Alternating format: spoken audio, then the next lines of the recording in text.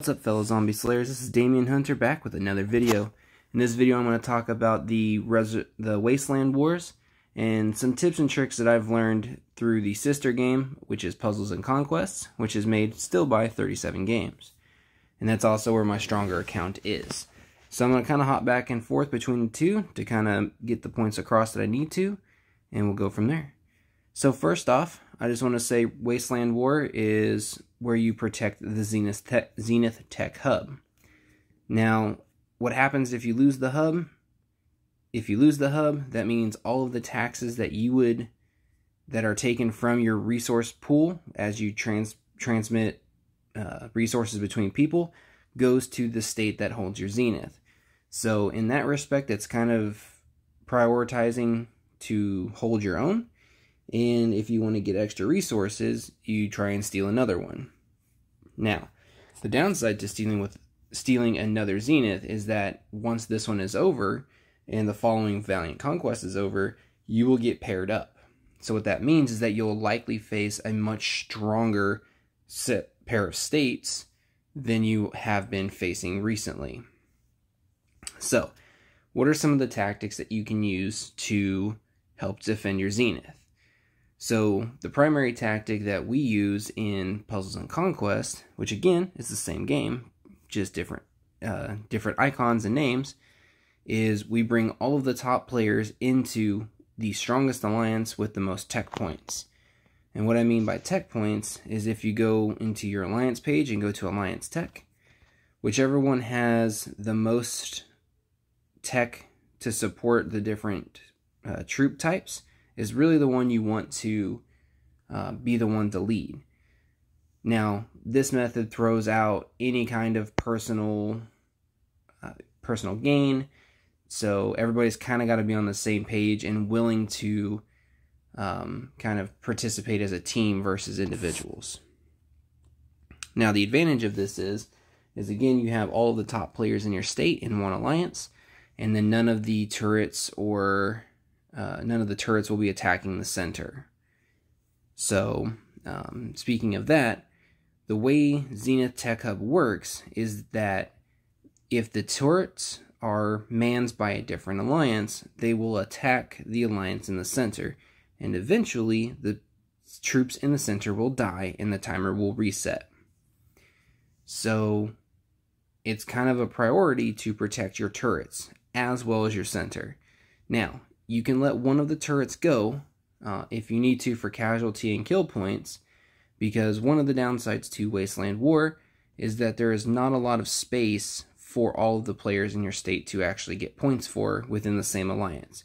Each alliance only holds 100 players, and for the most part, unless you're only sending a couple of troops per person, you can really only hold up to maybe 8 people per turret or center based on the strongest person. So whenever you set one of these up, you want the highest HQ with the highest rally size to go into it. So for example, my rally size, I believe, is about 1.4 million or so. Let me check for the Hall of War. So my applicable rally size without boosts is 1,050,000. So that means between all the other players that join, that's how many troops I can hold. So if you're kind of limited on rally size, you can have a couple of strong players to fill up the amount to 75-80%. And then to get more people in there, you can have the rest of them only send a few troops at a time.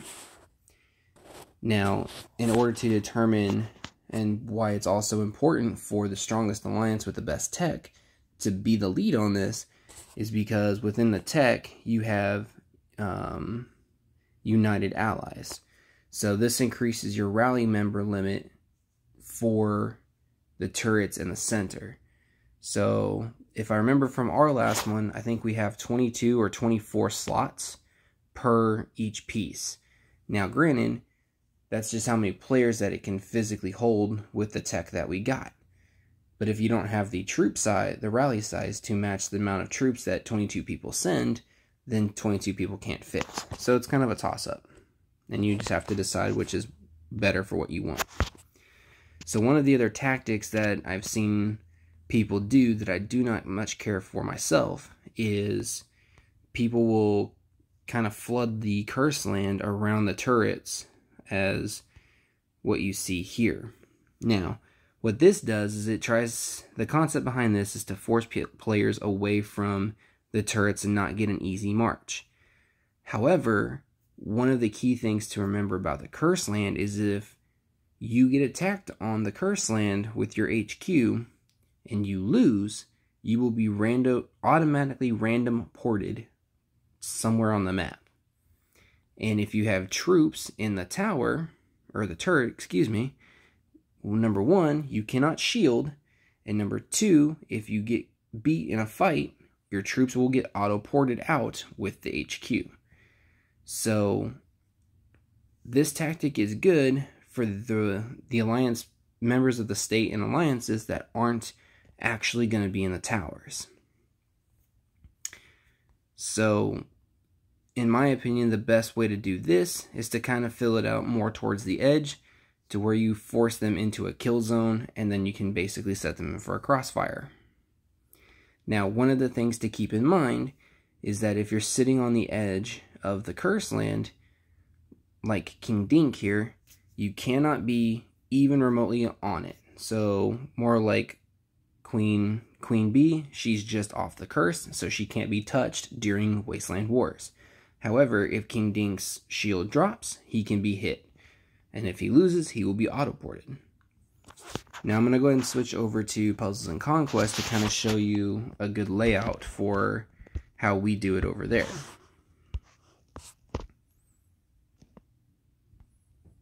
So whenever you like I said, Puzzles and Conquest is basically the same thing, just different names.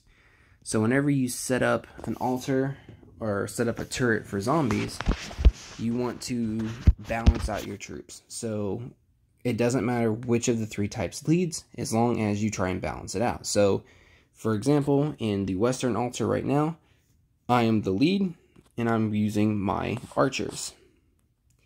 So I'm using 291,000 T10s, and we have T10 cavalry, which is riders and zombies.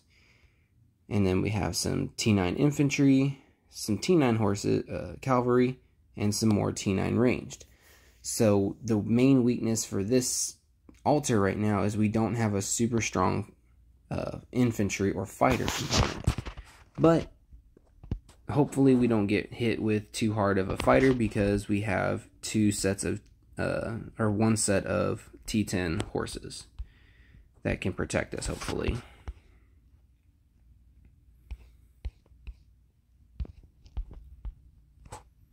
So hopefully this video helps a little bit, and happy hunting.